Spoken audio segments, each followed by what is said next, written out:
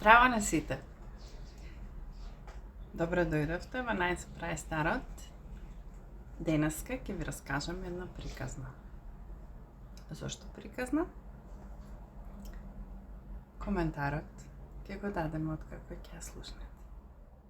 Сега ќе ви раскажам една приказна што ја слушнав кога бев мал.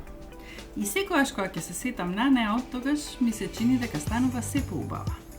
Бидејќи така е тоа со приказните, како и со многу луѓе. Тие стануваат се поубави и поубави како што стареат. И тоа е многу пријатно. Секако дека сте биле на село. Сте виделе стара, убава куќа со сламен покрив.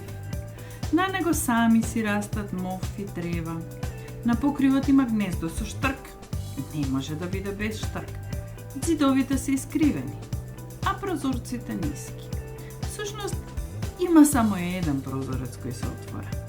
Шпоретот се подава нанапред како некој дебел стомак, а една стара грмушка виси над оградата до местото каде што има мало езерце со патка или пајчиња веднаш под жалната врба. Да, има и куќа на ланец, кој лае по сите. Токму таква куќерка имаше во едно село, а во неа живееја двајца. Еден селанец и неговата сопруга. Колку и да поседуваа малку работи, тие можеа да преживеат без една од нив. А тоа беше нивниот коњ, кој одеше и пасеше кај ровот покрај високиот пат. Таткото го јаваше до градот, соседите го позајмуваа, а тој си добиваше некаква услуга во замена за тоа. Сепак, подобро би им било да го продадат коњот или да го заменат за нешто, кое ќе им биде уште покорисно. Но што да биде тоа? Ти знаеш тоа подобро од мене, старче, рече неговата сопруга. Во градот е пазарен ден. Само одвези се таму и наплати си го коњот или направи некоја друга добра сделка. Тоа што го правиш ти е секогаш исправно. Па моја врза вратоврската, во тоа барем подобро се разбираше од него. Таа ја заврза двојно, што изгледаше многу отмено. А потоа му исчетка капата со задниот дел од раката и го бакна во топлата уста, а потоа тој се качи на коњот што требаше да се продаде или размени. Аха, старецот си ја разбрал работата. Сонцето беше опекло силно, а немаше облаци. Патот беше правлив. Имаше толку многу пазарџии на него. Во коли или на коњи, или одеа пешки. Беше многу топло, а по патот немаше никаква сенка. Еден човек во приколка си возеше крава, која беше прилично убава. Сигурен сум дека ќе дава прекрасно млеко, си помисли селанецот. Би направил добра сделка ако ја земам. Погледнете овде, вие со кравата, рече тој. Може да направиме муабет. Коњот, предпоставувам, вреди повеќе од кравата. Но тоа не е важно, бидејќи мене повеќе ми треба кравата. Ќе може ли да се замениме? Да, сигурно, рече човекот со кравата. Така се замениле. Сега тоа беше направено, а старецот можеби ќе се свртеше назад затоа што го направи тоа што го сакаше. Но тој веќе решил да оди на пазар, па и отишол на пазар, макар и само за да го погледне. Така си продолжи со својата крава. Брзо се движеа, а и кравата беше брза. А набрку дојдоа до еден човек кој водеше овца. Убава овца. Овцата беше во многу добра состојба и имаше многу убаво руно. Би сакал да го поседувам тоа, си помислил старецот. Така, не би морала да ја носиме да пасе покрај ровот, покрај куќата. А во зима па, ќе си можеме и да ја внесеме внатре. Подобро е да си чуваме овца, отколку да чуваме крава. Се проврткал наоколу, го видел човекот и му се обредил. А да се замениме? Да! Човекот што ги имал овците бил многу расположен, па направил пазар, а селанецот продолжил со својата овца да оди по земјениот пат понатаму. Одејќи по патот, на патот сретнал еден човек со голема гуска под мишка. Тоа што го носиш ми делува прилично тешко, му рекол селанецот. Да, таа е дебела и има пертови. Таа би изгледала добро заврзана покрај нашето езерце. И мајката ќе може да ја храни со остатоците од храна. Често ми кажуваше, да си имавме една гуска. Сега ќе може да има и ќе ја има. Ќе се замениме? Ќе ти ја дадам овцата за твојата гуска и ќе ти кажам благодарам. Да, човекот беше сосема среќен. Па тогаш тие си се замениле, а селанецот си ја добил гуската. Во тоа време, тој веќе бил пристигнал блиску до градот. А толпата на патот постојано растела и растела. Имаше многу луѓе, многу добиток. Тие беа на патот и покрај него, а горе, меѓу компирите на кривината, беше врзана една кокошка, за да не побегне од страв и случајно да не се изгуби. Беше тоа една кокошка со кратка опашка, која намигна со едното окце и изгледаше многу убаво. Клак, клак, рече таа. Не можам да кажам зашто си размислуваше, но селанецот, кога ја виде си помисли, таа е најубавата кокошка што сум ја видел до сега. Поубава е и од кокошката на комшиите. Баш би сакал да ја поседува.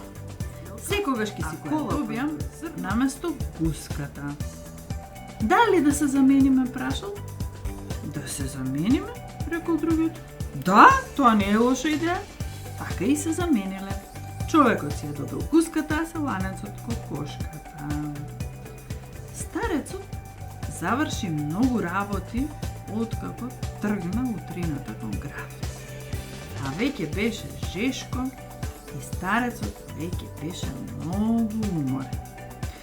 Тој сакаше да се напие една чаша ладно вино и да касне малку леп, а тука веќе беше блиску до гостилницата и сакаше да влезе внатре. Што има таму? Праша селанецот еден човек кој што дојде на кај него. Просипани јаболка, рече човекот. Носам една полна вреќа со расипани јаболка да им ја дадам на свињите. Леле, колку е полна! Колку би сакал жената да може да го види ова. Минатата година ми се роди само едно јаволче на старото дрво. Моравме да го чуваме добро и сиротото јаволко си стоеше врз фиоките додека не се расипа. Тоа си е наше богатство, како и да е, рече бабата. Но ова е многу големо нешто, само да може бабата да го види ова. Колку би сакал да и го подарам. Па, што ќе ми дадеш ти, му рекол човекот. Јас, ја ќе ти ја дам мојата кокошка. Така, тој ја даде својата кокошка во замена, си ги зема јаболката и влезе во гостилницата и застана директно на шанкот. Вреќата со јаболка ја потпре на шпоретот, не размислувајќи што има во неа. Во собата имаше многу странци, трговци со коњи, трговци со говеда, исто така и двајца англичани, и тие беа толку богати, нивните џебови беа полни со златници и тие се обложуваа за се и се што, како што сега ќе слушнете. Каков шум беше тоа покрај шпоретот? јаболката почнаа да се печат. Што е тоа? А што беше тоа, дознаа многу брзо. Целата приказна за коња што беше заменет за кравата и се останато се до расипаните јаболка. Каков ќотек ќе добиете од жената кога ќе се вратите дома, рекоа англичаните. Дјаволот ја однел шегата. Ќе добијам бакнеш, без тепање, им одговори селанецот. Жената ќе ми каже, она што го прави старецот е секогаш исправно. Дали ќе се обложите во тоа? Рекоа тие. Ви нудиме злато, 100 фунти за тоа. Секако дека ќе прифатам, рекол селанецот. Јас во облогот можам да ги ставам само расипаните јаболка плюс јас и бабата одозгоре. Но, тоа е повеќе од доволно. Готово, рекле англичаните. И облогот бил направен.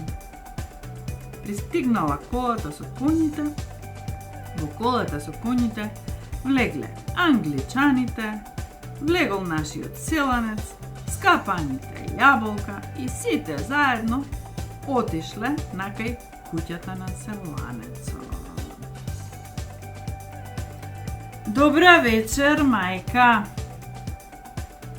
Благодарам, татко.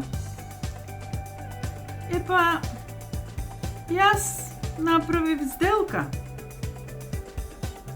Да, ти знаеш како се прави тоа, му рекла неговата сопруга, прегрнувајќи го и не приметувајќи ги вреќата и непознатите. Па како да ти кажам, ја го заменив коњот за крава. Фала му на Бога за млекото, рекла неговата сопруга. Сега можеме да имаме млеко за готвење, путер и сирење на масата. Тоа било прекрасна замена што си ја направил. Ама јас ја заменив кравата за овца. Тоа е сигурно уште подобро, рекла неговата сопруга. Секогаш си толку внимателен. Имаме толку многу треба за пасење, а само една овца. Сега можеме да имаме овчо млеко, овчо сирење, волнени чорапи, па и волнени пижами исто така. Кравата не би го дала тоа, зашто не се само и паѓа влакното. Ама јас ја заменив овцата за гуска. На вистина! Па тогаш дали на вистина ќе имаме гуска печена за Свети Арангел Михаел годинава? Драги старецу, па ти секогаш размислуваш како да ме усреќиш. Тоа е на вистина прекрасна идеја. Да, но јас ја заменив гуската за кокошка, одговори сопругот. Кокошка? Па тоа било добра трампа, рече неговата сопруга. Кокошката ќе ни носи јајца. Кокошката ќе ни изведе и ќе имаме мали пиленца. И целиот двор ќе ни се наполни со живина. Епа да, ама јас ја заменив кокошката за вреќа расипани јаболка. Сега на вистина морам да те бакнам, рекла неговата сопруга. Ти благодарам, драги мој мажу. Сега ќе ти кажам нешто. Кога си отиде, ти размислував да ти сготвам на вистина убав омлет со млад кромит. Отидов кај директорот на школото, таму имаат кромит, знам. Ама жена му една скржава, милата та. Ми бараше нешто да ја дам за возврат. Ами, шо да ја дам, у нашата градина не расте ништо, неаме ни едно скапано јаболко. Не можев ни тоа да ја го дам во замена. Сега, можам да ја дадам 10, можам да ја дам цела вреќа расипани јаболка. Тоа е толку добра шега, бе татко. И со тоа си го пакна токму на средината на челото. Тоа ми се допаѓа, рекоа англичаните. Постојано да паѓаш надолу и постојано да бидеш задоволен, како и секогаш. Тоа е вредно за сите пари. Му платија повеќе од 1 тон златници на селанецот кој доби бакнеш, а не ќотек. Да, на жената секогаш и се исплаќа да гледа и да им кажува на другите дека старецот е најмудар и тоа што го прави е правилно. Значи, ете ви приказна за вас. Јас ја слушнав кога бев мал, а сега ја слушнавте и вие. И знаете дека она што го прави старецот е секогаш правилно. Убавите изненадувања се случуваат тогаш кога на огледалото на светот ќе му го покажете вашето убаво лице и вашето убаво однесување. Исто како бабата во приказната. Може би не сте свесни, ама кога животот ќе ви фрли некоја завртена топка, а вие треба да вратите, многу е важно како ќе одговорите на тоа. Обично првата реакција на нешто негативно е негативна. Оваа приказна ви го кажува патот. Првата реакција на негативното е барање позитивен став во тоа што се случува. Без разлика колку и да е негативно. Мора да има барем една трошка позитивна работа. Тогаш кога ќе го направите тоа, ќе бидете изненадени како работите ќе се одвиваат понатаму. Па може и да завршите со 1 тон злато, како бабата и детето. Злато у преносна форма, нели? Некогаш може да се тоа пари, некогаш може да се тоа многу повредни работи. Ви благодарам за вниманието и се гледаме наскоро. Чао!